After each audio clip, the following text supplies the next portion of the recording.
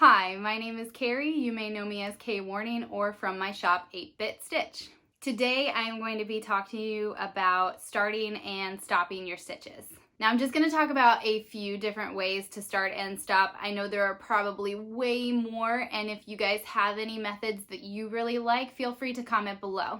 So let's start with starting. So I've mentioned this in a previous video, but I like to use the knotless loop. So you'll start with one strand of thread if you need two for your stitch. This really only works with even thread counts. So that means if you're using 2 strands for your stitch, 4 strands for your stitch, etc. I do have a way to kind of cheat the system and do this with odd threads, and I'll let you know that here shortly. So you'll start with one strand. Mine are usually pretty long, and you'll fold it in half. You'll have one side that looks like this with 2 strands, and the other side that looks like a loop. You'll start by coming in through the front side and up through the back side.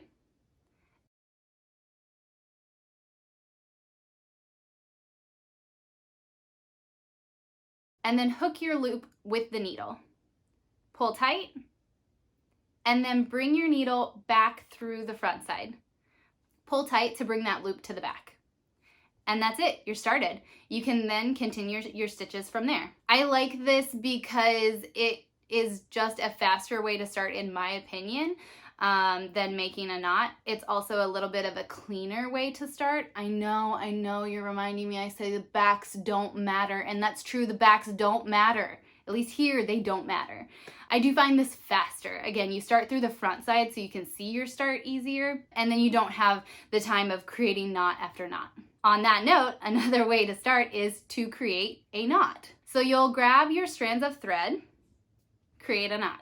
Now, depending on the size Aida count that you're using, you may have to use 1 or 2 knots. My go-to is usually a double knot, just to make sure it doesn't pull up through the backside. And that's it, create a knot, bring it up through the backside to that knot, bring it back in through the front side, and you're ready to start stitching. Hi guys, Editor Carrie here. I just wanted to let you know that I forgot to mention how to do a knotless start with odd threads. So say you have 3 threads as opposed to an even number of threads, and you're like, how do I make the loop to do the knotless start? I tend to do this really anytime I don't have a continuous length of thread to fold in half. So I use the quotations knotless because the first thing you're going to do is create a knot on one side of the thread. This will then create a faux loop. You're going to go in through the back side this time, leaving a little bit of thread in the back side. Come through the front side and back to the back. So you've got the length of thread and the needle. Take your needle, put it through those threads that are knotted to create your faux loop, and then pull tight. So that way you have a knot in the back, but it is anchored. I find that this is really nice when starting threads in general, just to ensure that you're not going to pull the knot through the backside.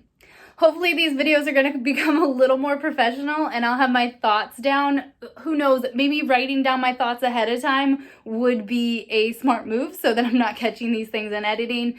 But yeah, thanks for your understanding. So this last way to start, I'm actually not really sure if it's called anything, but what you can do is grab your strands and do nothing to them. Pull them up through the backside and kind of guide them with your finger on the back to make sure you're not pulling the entire strand through. Come in through the front side, come back up through the backside and lock your stitch down.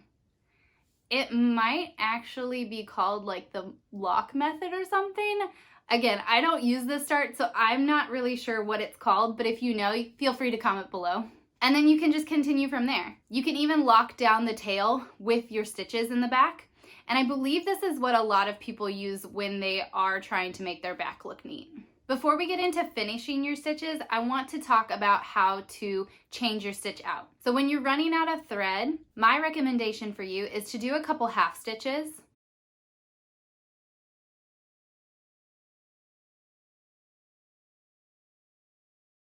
Come to the back side, pull that thread through your back stitches to lock it in place.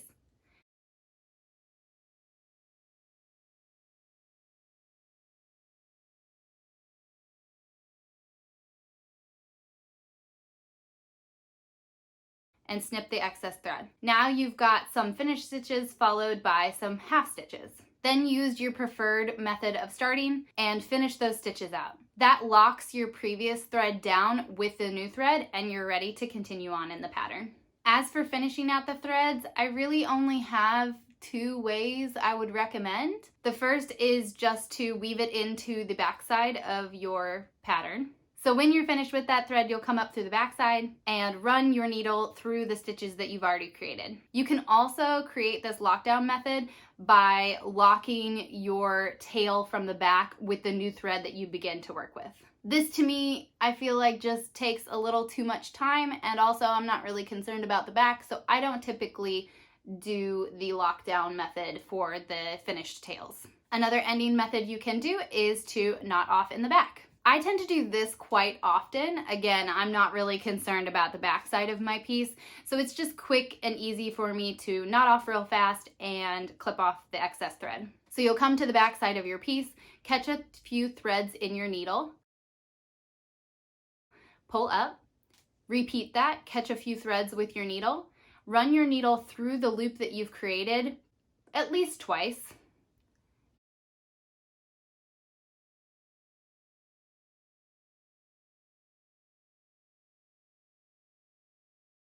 and pull tight to create a knot. So that's it, just a few methods for starting and stopping your piece, and you're ready to begin. Again, if you have any other methods that you really like that I didn't touch on in the video, feel free to comment below. I hope you found this video helpful, and I will see you in the next one. Until then, happy stitching!